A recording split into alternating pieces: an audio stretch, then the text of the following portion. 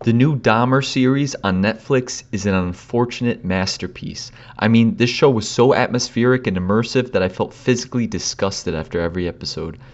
Evan Peters somehow managed to be even creepier than the real Dahmer, but at the same time portrayed him so well that I sometimes forgot I was watching a show. There were so many moments during the show where I thought there's no way in hell this happened, but sure enough, most of it did happen with a few small details altered for the sake of storytelling and visual effect.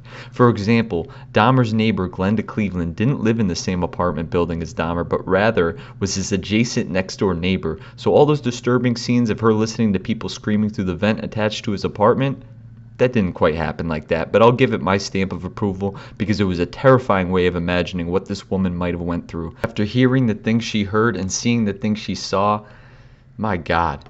Somebody is being killed! There's also no confirmation that Dahmer ever gave Glenda a sandwich as seen here, but once again, I'm not that mad they fabricated a few things, as long as it's done well, and that scene was intense, boy. Eat it. I mean, she and other neighbors kept warning the police, yet nothing was done on multiple occasions, which is what makes this situation so frustrating and the story so gripping. Somebody is being killed! It feels like when you're watching a horror movie and someone goes into the other room because they heard a sound and you're just thinking, don't fucking do it.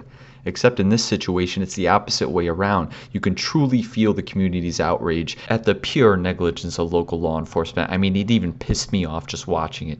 Evan Peters did such a good job of playing this Midwestern weirdo that there's no wonder he won an Academy Award before. The dude knocked it out of the park. And the dude who plays Dahmer's father, the dude from Step Brothers, no, not that guy. Yeah, that guy. Knocked it out of the park as well. The relationship between Jeff and his father is best summed up by Shane Gillis on his podcast. I'm going to play that right now. His dad and him, were into taxidermy together. Oh my god! So they would go. His dad would they'd be driving and he'd be like, "Oh, there's a good one, Dad." And they'd scoop up roadkill, take it back to the shed. Little Jeffy would be in there all day, just playing with guts. It makes sense now. Makes sense. Molly Ringwald was even in it, and I haven't seen her in anything since the 1980s. And she was okay, but she didn't really talk much. There wasn't a whole lot to go off. The cinematography had flair, yet was subtle enough that you barely even noticed there's a man behind the camera. The color, the tone, and the contrast of each scene was so well done and fit perfectly with the mood of each moment. My only small complaint about the series is that it wasn't long enough.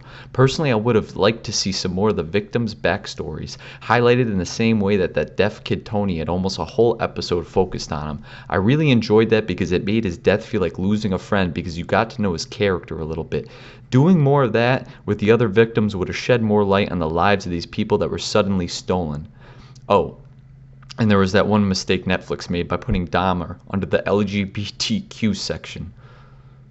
But that's not really a complaint in the series itself. It had nothing to do with that. In conclusion, I give the series a 9.35 out of 10.